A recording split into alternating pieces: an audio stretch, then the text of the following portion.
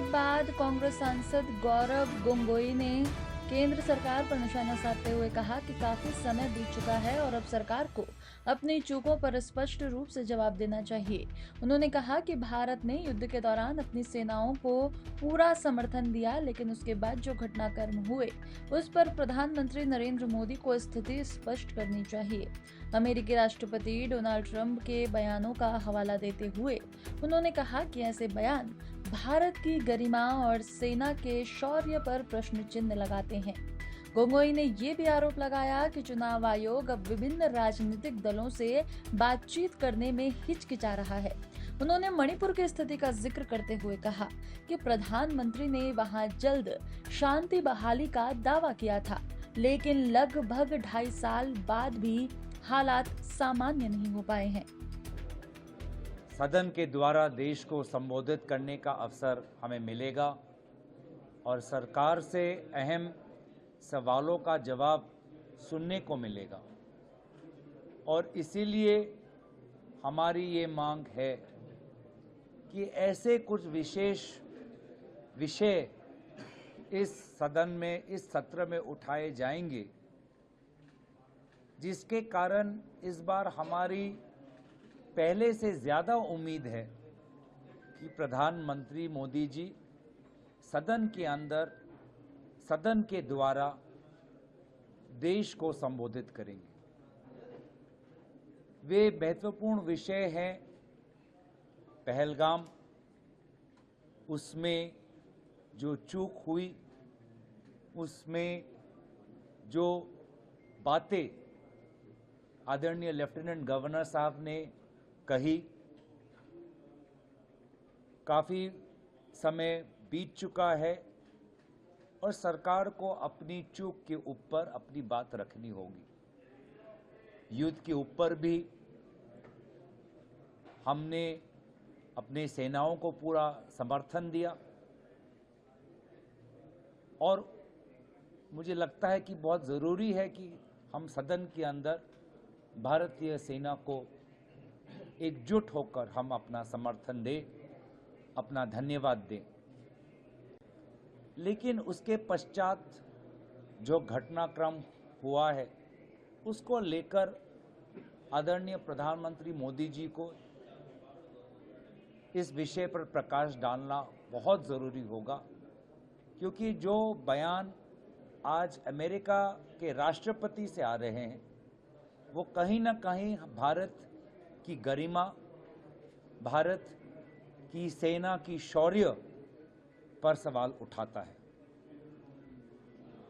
और अमेरिका के राष्ट्रपति के उत्तर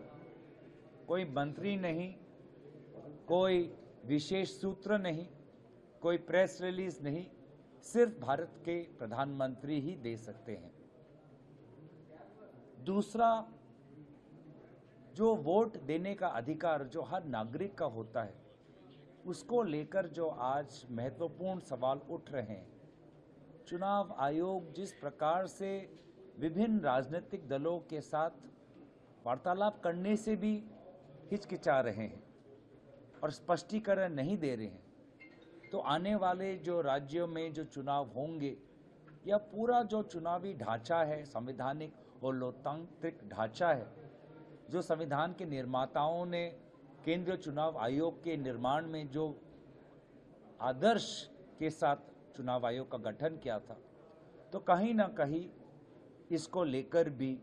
बहुत महत्वपूर्ण सवाल उठे हैं और सिर्फ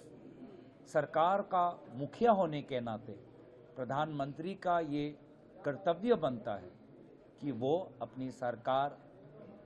का स्थिति या सरकार का पक्ष वो सदन के अंदर रखें। तीसरी बात है कि हम सेना के बड़े अफसरों ने चीन, पाकिस्तान, बांग्लादेश, 2 फ्रंट के जो एक्सेस बन चुका है हमारे सीमा पर, उसको लेकर बहुत ही संवेदनशील बात उठाई है। पिछले सत्र में भी हमने चाहा था कि रक्षा विभाग पर, विदेश मंत्रालय के विभाग पर महत्वपूर्ण चर्चा हो, बजट के लेकर उनकी डिमांड फॉर ग्रांट्स को लेकर चर्चा हो, पर नहीं हुआ। लेकिन आज जो बातें आदरणीय राहुल गांधी जी ने सदन के अंदर रखी थी टू फ्रंट के ऊपर, तो आज सेना के बड़े अफसर भी वही बातों को दोहरा रहे हैं। तो बहुत ज़रूरी है कि रक्षा और विदेश नीति पर बात हम रखें, बात हम सुने, विषयों पर चर्चा हो और प्रकाश पड़े। और इसीलिए ये 3 विषय मुझे लगता है कि आदरणीय प्रधानमंत्री मोदी जी को विशेष रूप से इस सदन में आकर अपनी बात रखना बहुत अनिवार्य होगा। आज ये सरकार मणिपुर को लेकर भी विभिन्न बिल्स ला रहे हैं और मणिपुर को लेकर आदरणीय प्रधानमंत्री जी ने कहा था कि कुछ ही महीनों में मणिपुर में शांति आएगी। 3 वर्ष, लगभग 3-2.5 वर्ष गुजर चुके हैं और शांति कहीं भी हम आते हुए नहीं देख पा रहे, तो शांति का वातावरण नहीं देख पा रहे। तो प्रधानमंत्री आज भी छोटे छोटे देशों में जाते हैं, लेकिन हमारे ही देश के एक छोटे से राज्य में जहां पर आग आज भी है, वहां पर किसी कारण से कतरा रहे हैं।